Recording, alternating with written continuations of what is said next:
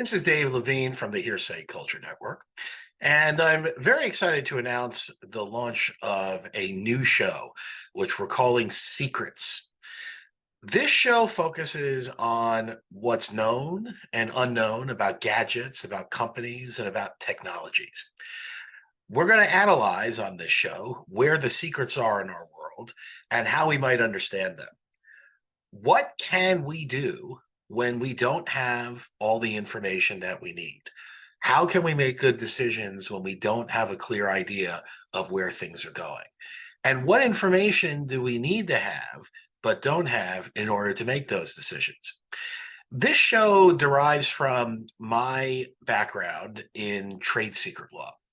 And since I left the practice of law and started teaching in about 2005, I have focused very heavily on trade secrets.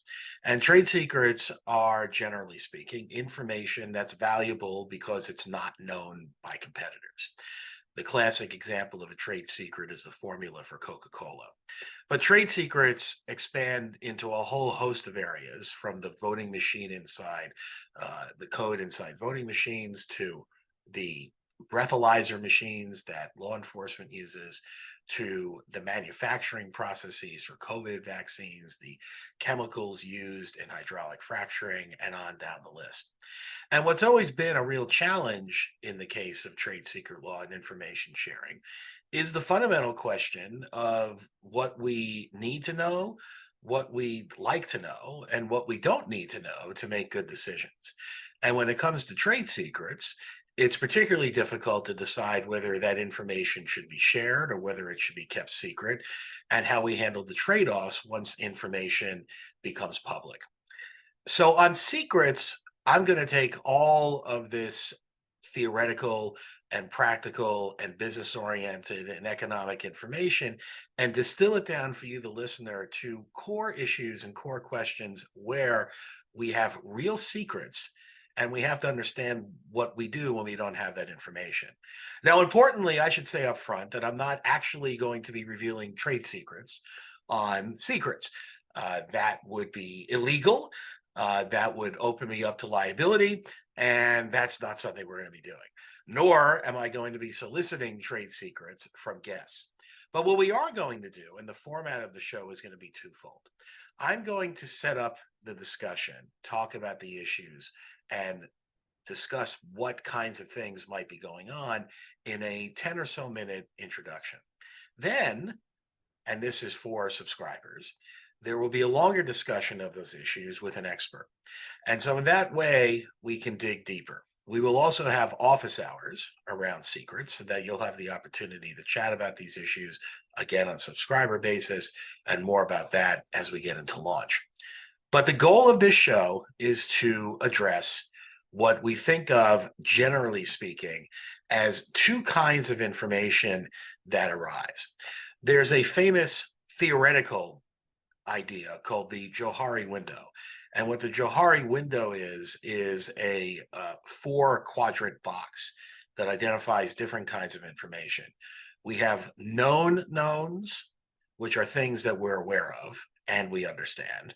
We have known unknowns, which are things that we are aware of but don't understand. We've got unknown knowns, which are things that we understand but are not aware of. And lastly, we have unknown unknowns, which are things that we are neither aware of nor understand. There's a terrific article that I recommend to people on this issue that was published by Medium on April 28, 2020, called Known Knowns, None Unknowns, Unknown Unknowns in Leadership. The author is Andrea Montavani, and that article is a good overview here, and I'm quoting from that. The examples that Montavani uses of these four areas, which I think are helpful, is this. So what's a known known? Monteverri writes, all right, things you're aware of and understand, like repeating the same tasks over and over at a slow-paced corporate job. But then we also have known unknowns, things that you're aware of but don't understand, like switching from doing business to making art, Monteverri writes, jumping from a public corporation to a fast-growing venture. We also have unknown knowns, things that you're not aware of but understand, like encountering gender bias or discrimination in a hiring process. And then lastly, we've got unknown unknowns, things that you're neither aware of nor understand, like starting a business or taking a break from your work. We're going to be talking about, and I'm really going to be focusing on the known knowns in the introduction 10-minute video, which is available to the public. And then we're going to dive into the known unknowns and the unknown knowns with our guests. We're not generally going to get into unknown unknowns because if you think about things that you're neither aware of nor understand, that's almost a lot of speculation. And in the context of this show, I don't think it's a good use of time. So generally, we're going to be focusing on known unknowns and unknown knowns. For our first show, we're going to be discussing social media and content moderation.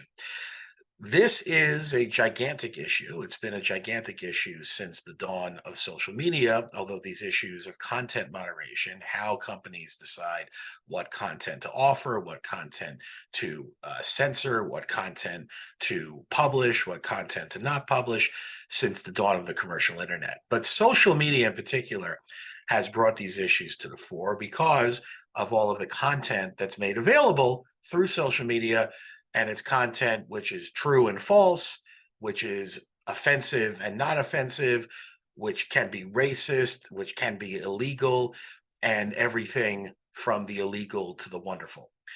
And because of that, companies, the private entities that own Facebook, that own Twitter, that own other social media platforms, have the decision to make as to what they're going to publish. And very importantly, it's important to recognize that these are private companies.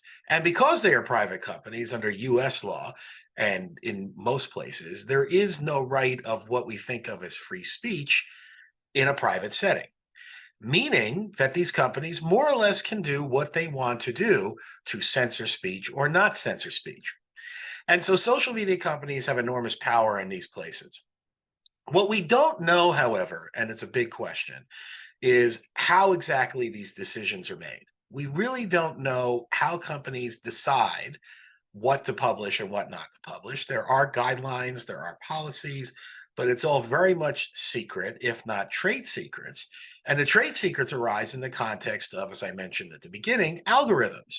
So the algorithms, right, the software that decides what kind of content you're going to see, how it's going to be served to you, what comments are going to be available, and so forth, is a trade secret. Code is generally a trade secret. And so we really don't know much about those algorithms, and companies like